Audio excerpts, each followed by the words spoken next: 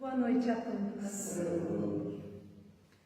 É com imensa alegria e gratidão que mais uma vez nos reunimos nesta casa de oração, de acolhimento, de fraternidade, agradecendo sempre a Deus e a Jesus as bênçãos de estudar a doutrina espírita e de podermos contribuir em sua divulgação, falando dos ensinos do Evangelho de Jesus, que nos consola, que nos fortalece, que nos oferece os meios de melhorarmos.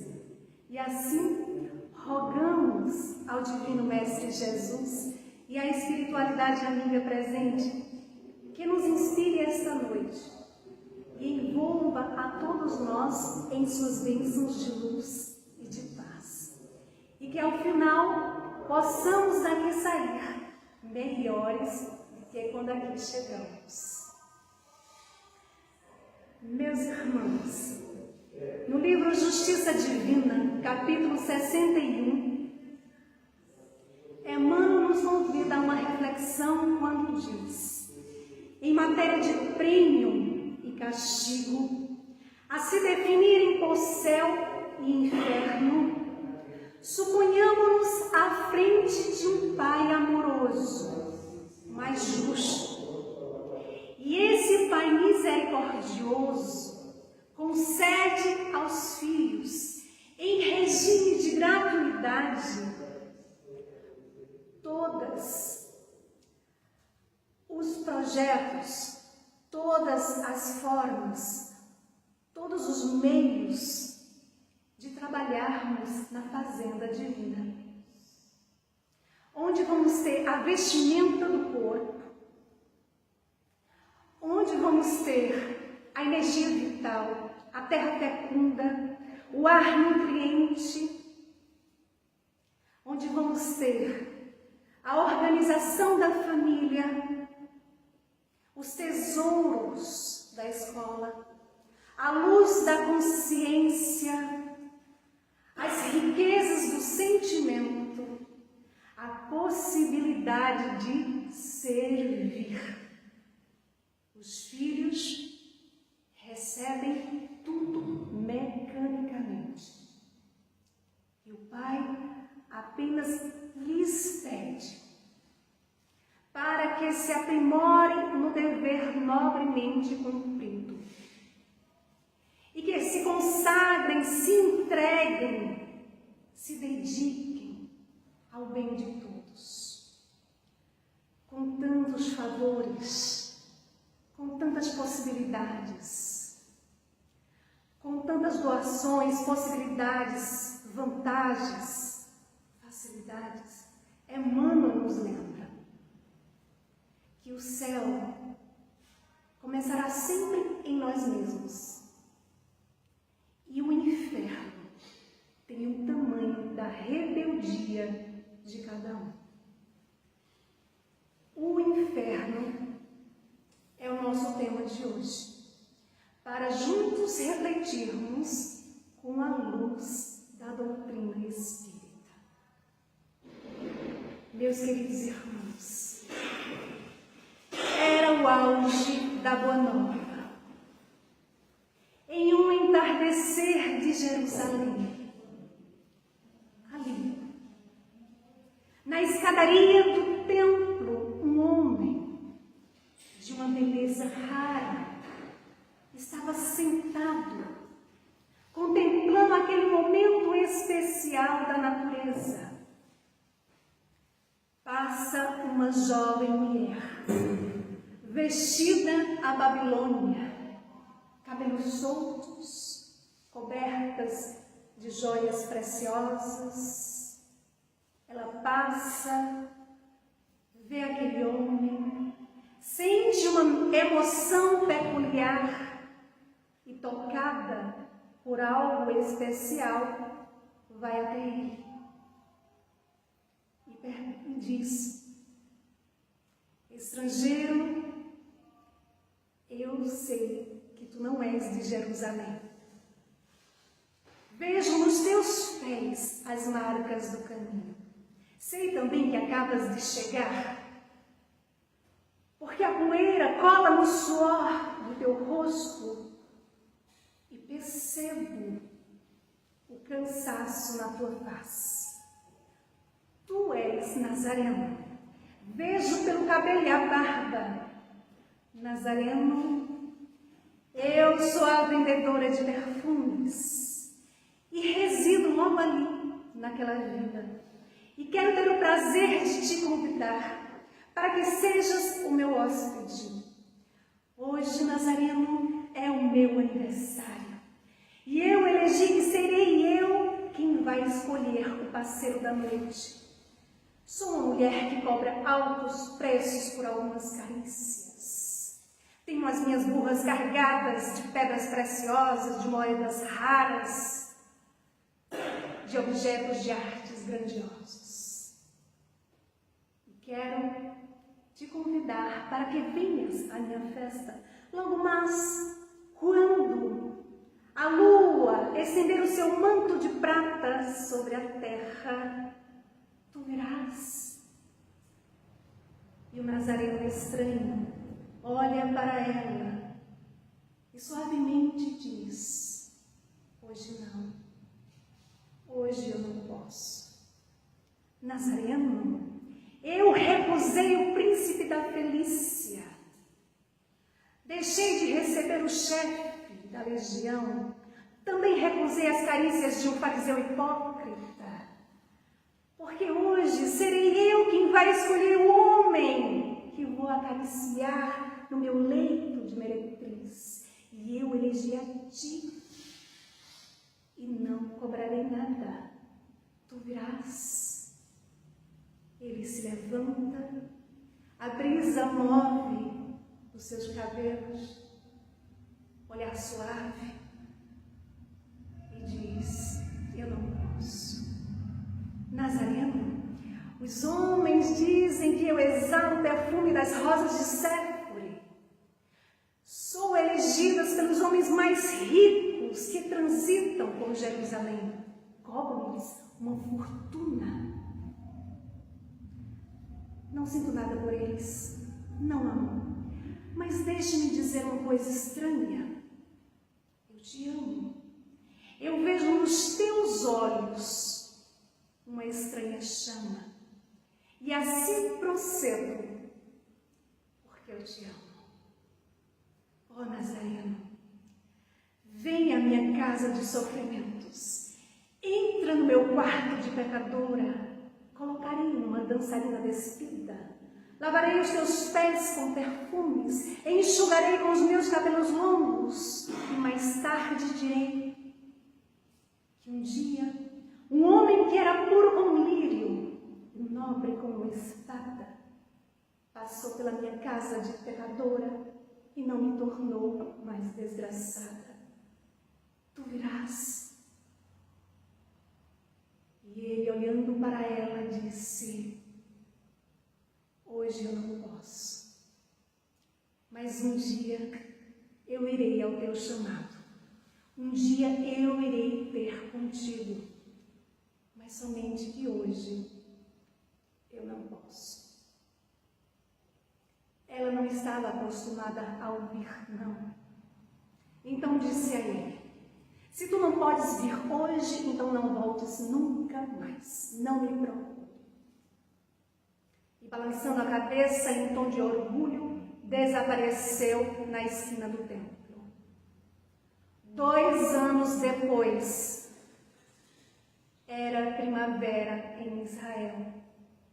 Além de Betesda, diante da piscina, um homem que atendia às misérias da multidão. Limpava as lepras, abriu os olhos apagados, falava do reino dos céus, até que uma mulher se aproxima dele, fala algo ao seu ouvido e pergunta: tu virás? E ele disse: eu irei contigo.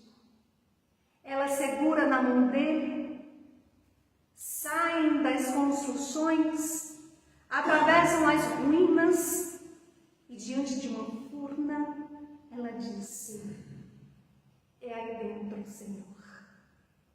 Ele entra, um mau cheiro terrível de carne humana. Ouve uma voz que chorava. Anda mais um pouco, estende os seus braços, toca com suas mãos uma cabeça úmida de pus. Aquele corpo se move e começa a falar.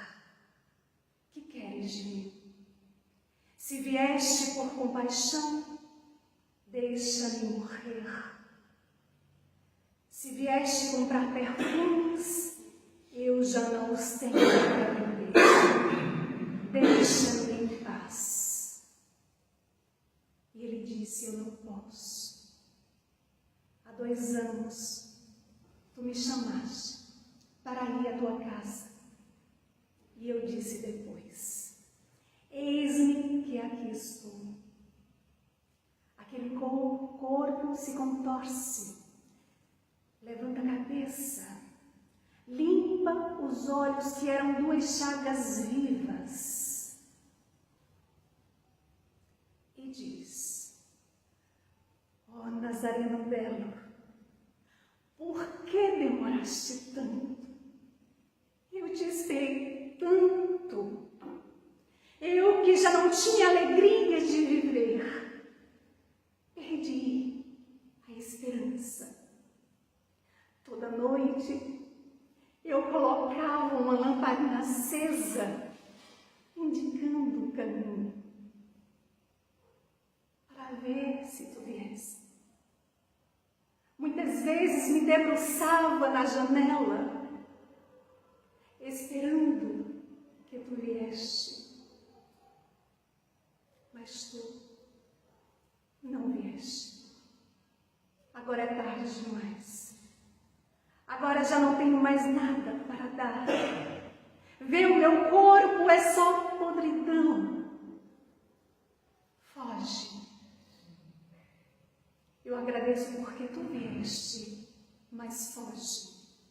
Porque se eles ficam sabendo que tu estiveste comigo, eles vão te empurrar no vale dos imundos. Foge. Deixa-me morrer. E ele disse, eu não posso. Neste momento, ele se dobra, ergue aquele corpo e sai sorridente. Ela tenta esconder o rosto. Ele a segurava com um braço e com o outro ele tirava a ferida de seus olhos. E lembrando daquele diálogo no fim da tarde, ali em Jerusalém, ele disse, descansa em paz. Um dia tu me disseste que me amava. Permita-me te dizer, eu te amo. Eu vejo nos teus olhos a estranha chama e assim procedo, porque eu te amo. Já que não tens nada para dar, dorme. Dá-me tua alma. Eu sou o bom pastor, e aquele que confia em mim, mesmo morrendo, viverá. E saiu na direção do dia, com aquela mulher que desfaleceu e morreu nos seus braços. Meus irmãos, a doutrina espírita nos apresenta a inveja, o egoísmo, o orgulho, a raiva, o ódio, o rancor, o ciúme, os sentimentos de culpa, como as chagas, a lepra que nos corrói de dentro para fora, nos levando ao desequilíbrio, nos levando muitas vezes ao desespero, nos deixando acomodados, paralisados, enquanto esperamos, chamamos Senhor, Senhor. Mas o Evangelho de Jesus nos convida ao movimento, a darmos o primeiro passo, a experimentar o fogo purificador da expiação, seguindo com coragem, com perseverança, com resignação, com bom ânimo.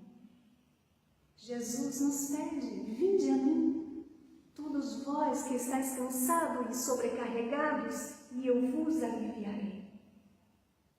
Tomai sobre vós o meu jugo e aprendei de mim, que sou manso e humilde de coração, e acharei repouso para a vossa alma, porque o meu jugo é suave e o meu fardo é leve. O Espiritismo nos ensina que o inferno não é um lugar circunscrito, limitado, determinado. É um estado íntimo, alicerçado em nossa consciência, de tal forma que quando a intranquilidade e o remorso nos visitam, nos sentimos no inferno. Allan Kardec, no livro O Céu e o Inferno ou a Justiça Divina, segundo o Espiritismo, capítulo 4, item 1, ele deixa muito claro que enquanto o homem estiver dominado pela matéria, apenas superficialmente compreende a espiritualidade. E é por isso que a ideia do céu e do inferno vem tão mistificada para ser temida pelo homem. Desde criança, temos uma imagem criada em nossa mente. Olha, se você se comportar bem, você vai para o céu. Mas se você não se comportar direitinho, você vai para o inferno. É o olhar limitado que o mundo material oferece, onde a vida apenas começa no berço e termina no túmulo, e depois ou o céu ou o inferno. No livro Ação e Reação, capítulo 10, temos a história de Laudemira.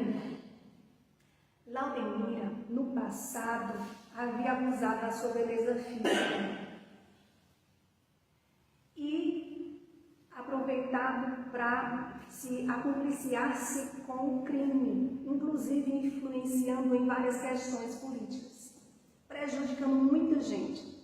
Como Laudemira, ela estava no hospital, prestes a dar à luz, e estava ali recebendo fluidos anestesiantes de seus perseguidores, para que ela fosse conduzida ao parto cesariano, o que iria prejudicar os planos futuros. Silas, que estava em uma nova tarefa, junto com Leonel, Hilário, André Luiz, vão até ela. Ao chegar lá, Silas começa a fazer operações no colo uterino para que ela comece a ter contrações e seja levada ao parto normal. Porque ela seria mãe, como Laudemira seria mãe de 5 dos seus antigos cúmplices. Para reerguer-lhes na direção da luz em abençoado leito materno, Silas esclarece que no passado ela havia sido uma dama de elevada situação hierárquica na corte de Joana II. Tinha 2 irmãos que lhe apoiavam todos os planos loucos de vaidade e domínio. Ela se casa, mas ela vendo no marido um entrave, o que ela faz? Arrasta ele para a morte. Se entrega aos prazeres, perturbando muito os homens de bem, a conduta dos homens de bem, arruinando as estruturas domésticas. Só que quando ela desencarna, ela desce a medonhos profundezas e começa ali a sofrer influência, perseguições dos seus inimigos ferozes, que não lhe perdoaram as dívidas, os delitos. Ela passou mais de 100 anos consecutivos ali nas trevas densas, presa na sua mente, nas ilusões que lhe eram próprias. Voltou 4 vezes sucessivas à carne, com intercessão dos amigos do plano superior. Porém, em dolorosas provas expiatórias, passando por muitos vexames e humilhações da parte dos homens sem escrúpulos, que lhes asfixiou todos os sonhos. E Silas, ao ser questionado por que ela tinha que retornar para a região sombria ao final de cada encarnação, Silas responde: ninguém emerge, ou seja, eleva-se de um salto, porque os problemas interiores, eles não são sanados de um momento ao outro. E lá então pergunta, mas se ela já estava na região das sombras, por que ela tinha que renascer? Então Silas responde: a nossa irmã, com o amparo dos amigos abnegados, voltou ao pagamento parcelado de suas dívidas, reencontrando-se com os credores reencarnados, desfrutando da bênção do esquecimento do passado. E era aí onde ela adquiria forças para seguir. Silas conclui dizendo: ninguém está condenado ao abandono e que o inferno é obra nossa. Então, se é obra nossa o inferno, assim como o céu, são causados pelos nossos pensamentos. Somos nós mesmos que criamos pelos nossos pensamentos e vontades. Se temos a consciência de que não há um lugar ou outro, limitado, determinado, então entendemos que o que ocorre é que apenas somos atraídos aos locais que temos afinidades. Allan Kardec esclarece que na época de Jesus, ele não podia destruir as crenças ali enraizadas, porque para eles a Terra era o centro do universo, tudo lhes era limitado ao seu ponto de vista. Aprendemos com a doutrina espírita que se vivemos no mundo material, muitas vezes é necessário explicações materiais para tudo aquilo que nos serve. O que ocorre é que muitas explicações são levadas ao pé da letra. Então, o que se entende por céu e inferno, que podemos entender, e o que somos convidados a fazer, é buscar em nosso íntimo o paraíso e nos esforçarmos para nos afastar do inferno, que, como Silas, no livro Ação e Reação, capítulo 10, deixa muito claro, é obra nossa. Na questão 1012 de O Livro dos Espíritos, 1012A, Allan Kardec pergunta, então, o inferno e o paraíso não existem tais como os homens imaginam? E os Espíritos respondem, são simples alegorias. Por toda parte haja espíritos ditosos, felizes, espíritos ditosos, infelizes. Meus irmãos, a justiça de Deus está toda nesta expressão de Jesus, a cada um segundo as suas obras. No livro Luz Acima, o espírito de Humberto de Campos narra a história de um peregrino que ele aparentava pureza e brandura, estava doido para atravessar a porta celestial. E chegando em frente à porta celestial, foi recebido por um anjo, que, embora admirado por ele, viu alguma falha nele. Então disse: meu irmão, rendo homenagem às suas vestes, mas vejamos se já adquiriste a virtude perfeita. E ele sorriu, ficou ali receptivo para responder as perguntas, porque ele tinha certeza que ele iria fazer a travessia e que iria para o céu.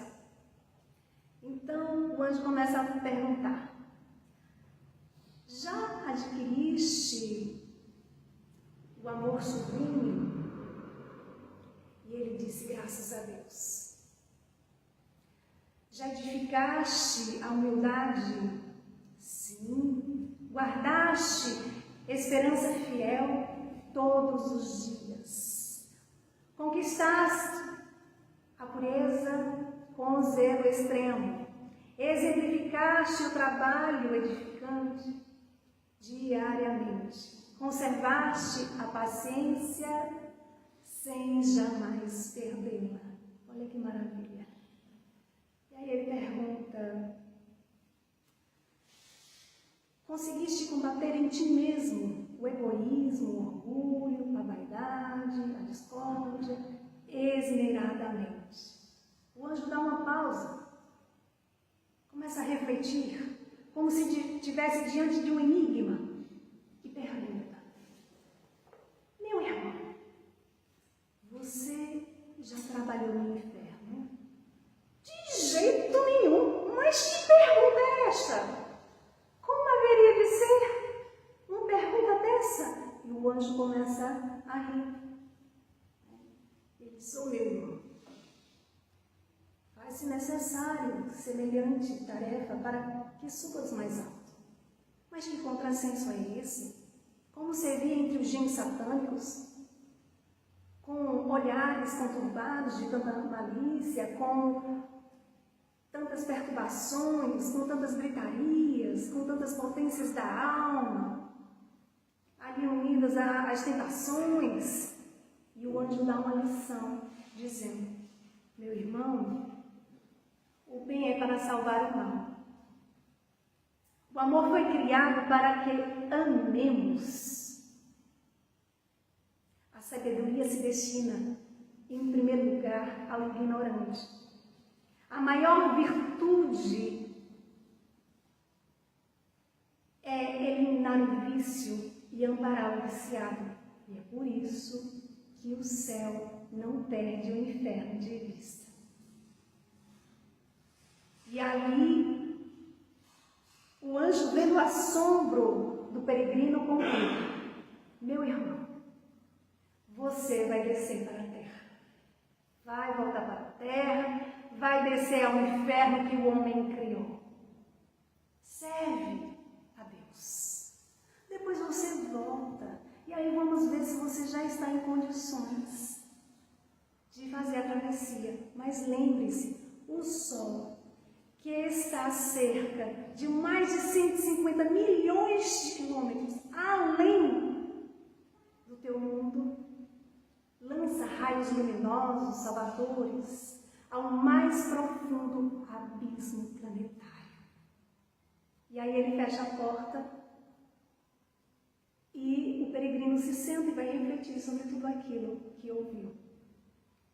Allan Kardec esclarece que para a localização do céu e do inferno, as seitas cristãs foram designadas, foram conduzidas a não aceitarem senão duas situações extremas: a da perfeita felicidade e do sofrimento absoluto.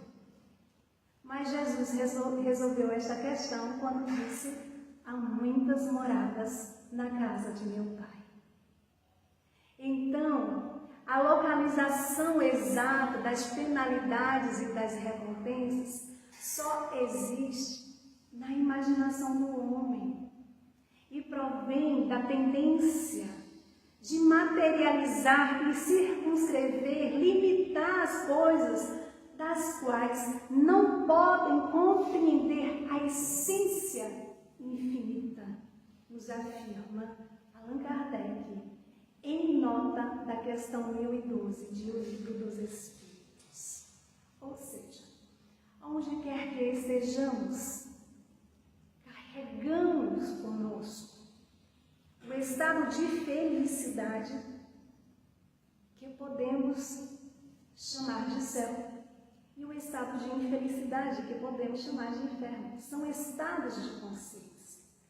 Quando o anjo diz ali ao peregrino que o bem é para salvar o mal, que ele tinha que voltar para a terra, tinha que descer ao inferno que o homem criou, que era preciso servir a Deus.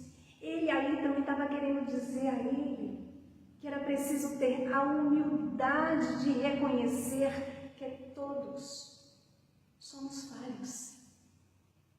Todos somos falhos. Tivemos durante longo tempo na construção limitada das coisas.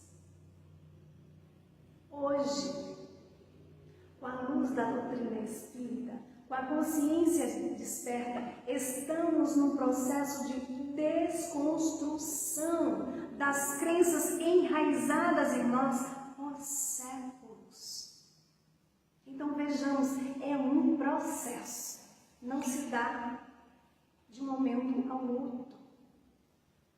É importante ter a consciência de um passado de erro, sim, fruto de nossas escolhas equivocadas, mas de um futuro promissor que vai depender das nossas atitudes atuais, do quanto nós estamos nos dedicando em nossa reforma íntima, do quanto nós estamos nos dedicando ao trabalho do bem, pelo bem, para o bem de todos.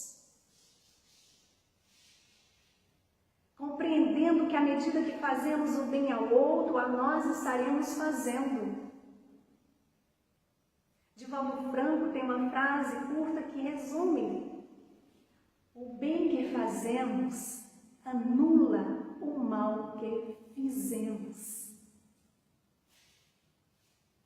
E é por isso que a benevolência vem como a primeira na resposta da questão 886 de O Livro dos Espíritos, sobre a caridade no sentido da palavra como entendia Jesus. Benevolência para com todos. O apóstolo Paulo entendeu tão perfeitamente essa verdade, que colocou a caridade acima da fé. Porque para ele, esta verdade, esta bondade, está ao alcance de todos. E aí ele escreve, primeiro aos Coríntios, capítulo 13, a suprema excelência da caridade. Onde temos, quando ele diz, ainda que eu falasse as línguas dos homens e dos anjos, e não tivesse caridade, seria como metal que soa, ou como sino que tine. E ainda que eu tivesse toda a fé, de tal forma que transportasse os montes, e não tivesse caridade, nada seria. E ainda que distribuísse toda a minha fortuna para ajudar ajudar os pobres. E ainda que entregasse o meu corpo para ser queimado e não tivesse caridade, nada disso me aproveitaria. A caridade é sofredora, é benigna. A caridade não é invejosa. A caridade não trata com leviandade, não se ensoberbece, ou seja, não se envaidece. A caridade não se irrita, não suspeita mal, não folga com a injustiça, mas folga com a verdade. Tudo sofre, tudo crê, tudo espera, tudo suporta. Meus queridos irmãos, o Pai Celestial, o nosso Pai, não deseja para os seus filhos o suplício eterno. Ele nos oferece a reencarnação, princípio básico do Espiritismo, nos possibilitando a correção de nossas imperfeições, para que possamos nos elevar em direção ao amor de Deus. E por isso que ser bom, fazer o bem, ser caridoso, aprimorar o conhecimento, é atuar no caminho presente e futuro. Fora da caridade não há salvação. Ou seja, entendemos que a lei divina é o supremo bem. A salvação, compreendemos que é compreender a lei divina, significando elevação e aproximação da felicidade, através do trabalho de renovação e aprimoramento do ser. Para a doutrina espírita, salvar-se não é escapar do inferno que não existe, mas é, sobretudo, aperfeiçoar-se para não cairmos nas armadilhas do egoísmo e do orgulho. O mentor desta casa, Dr. Bezerra de Menezes, no livro O Espírito da Verdade, capítulo 3, nos convida a uma reflexão quando diz: o cultivador é conduzido ao pântano para convertê-lo em terra fértil. Nem as feridas da terra, nem o desequilíbrio da máquina, nem as chagas do corpo, nem as sombras da inteligência se desfazem à custa de conversas amargas, mas sim ao preço de trabalho e devotamento. E o espírita cristão, ele é chamado aos problemas do mundo, a fim de ajudar-lhes a solução. Contudo, para atender semelhante mister trabalho, há que silenciar discórdia, censura e alongar o entendimento e o serviço. E é por essa razão, nos diz Dr. Bezerra, que interpretando o conceito salvar por livrar da ruína, colocou Allan Kardec no luminoso portal da doutrina espírita a sua legenda inesquecível. Qual é? Fora da caridade não há salvação. Então, meus irmãos, nos afastaremos do inferno que nós mesmos criamos a partir do momento que decidirmos com vontade, com sinceridade e, sobretudo, com humildade, pela renovação indispensável, buscando conhecimento, partindo para a ação, no trabalho do bem, do amor e da caridade. Muito obrigada a todos. Que Jesus os abençoe.